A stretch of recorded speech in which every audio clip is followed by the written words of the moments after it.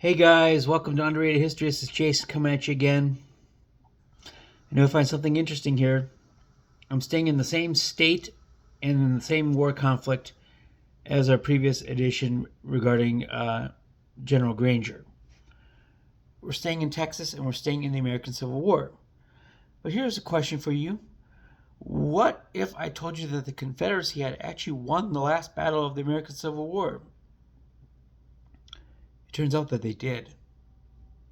And this is the story of the Battle of Palmito Ranch, which is in the southern tip of Texas, close to the modern-day city of Brownsville, and the city of Matamoros across the river, Rio Grande in Mexico, does play a role in all of this. And the opposing generals in this question were Union General THEODORE Barrett and Confederate General John, a.k.a. Rip Ford. And why this battle even occurred? It occurred in June, I believe it was 12th of 1865. So before Juneteenth, before General Granger rolled into Galveston by a few days.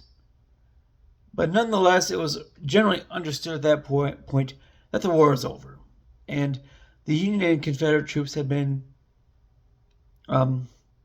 observing a informal ceasefire at this point. So we get into early June of 1865, and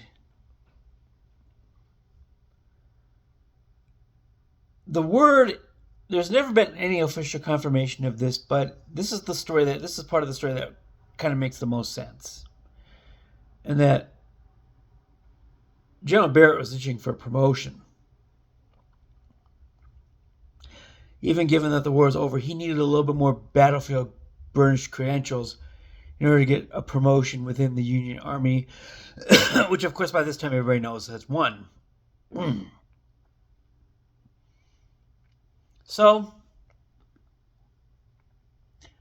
there in early June of 1865, an assault was made. The Union Army under General Barrett attacked the Confederate Army of General Ford. And Barrett had about 1,700 men. Ford only had about 300. But Ford was a very good defensive general. Kind of like another guy previously in the series, Goddard Heinrici. But Ford had a very good defensive mindset. And so, with this as the situation, and why would General Ford have continued to fight at this point, even being attacked?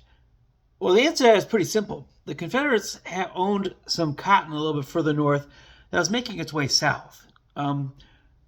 It was owned by two men named Mifflin Kennedy and Richard King. King is now known as the founder of the King Ranch, which is also in Kennedy County, Texas, which was named for Mifflin Kennedy. So these guys had the Confederacy at this point had a financial reason to fight the attack from General Barrett, because if they had yielded and given way, this cotton shipment to Mexico to the previously mentioned city of Matamoros across the border, this shipment would have been lost and would have cost the Confederacy.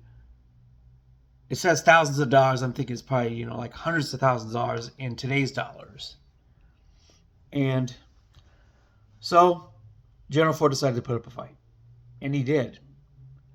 And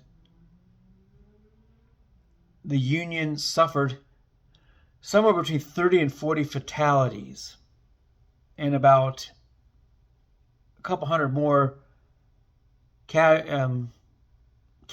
I mean, not fatalities, but casualties on top of that, injuries. Not a single Confederate soldier lost their lives. They had about maybe 30 or so casualties overall out of the 300. And so the last person who lost their lives in the American Civil War was absolutely on the Union side. It was said to have been a lowly private. That could be another interesting episode in and of itself. How this lowly private would become the last fatality of the American Civil War in a battle that was completely unnecessary, all because the Union General Barrett was looking for a promotion. Pretty stupid way to lose, to have a few hundred casualties amongst your men, all because the stupid general wanted a promotion. So the last battle of the American Civil War was won by the Confederacy, and won rather convincingly, with no fatalities amongst the Confederate defenders, who were fighting with economic interests in mind, which isn't necessarily always the best, but it is a pretty good motivator. They didn't want this Confederate cotton on its way to being sold in Matamoros, Mexico, to be lost by a renegade band of Union troops, because it almost certainly would have been confiscated and taken back to the Union side, and it would never have made it to its point of sale in Matamoros. So there you go. General Timothy Barrett and General Rip Ford. Today's edition of Underrated History: how the Confederates won the last battle of the American Civil War. So I bet you didn't have that on your bingo card today. But anyhow, it's Jason here. I'll be back tomorrow. I didn't think I'd be able to top General Granger's story, and I didn't. But I did find a rather interesting story in this one. So I'll try to find something more interesting tomorrow. We'll see you again later on. Tomorrow will be Thursday, what I call Friday Junior. Peace out, homies.